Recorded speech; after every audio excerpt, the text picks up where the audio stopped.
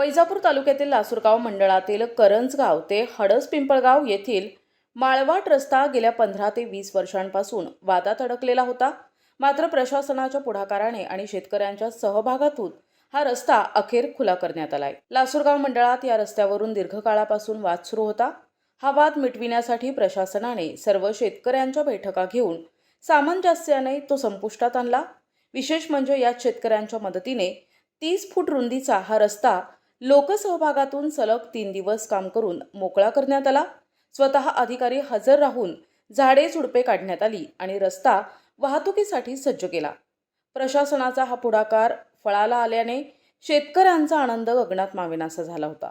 या यशस्वी कार्यासाठी शेतकऱ्यांनी मंडळ अधिकारी रीता पुरी, तलाठी प्रवीण पाटील, प्रवीण दिलवाले, कल्पना घायसमुद्रे, महसूल सेवक अशोक नळे यांच्यासह संपूर्ण प्रशासनाचे आभार मानलेत.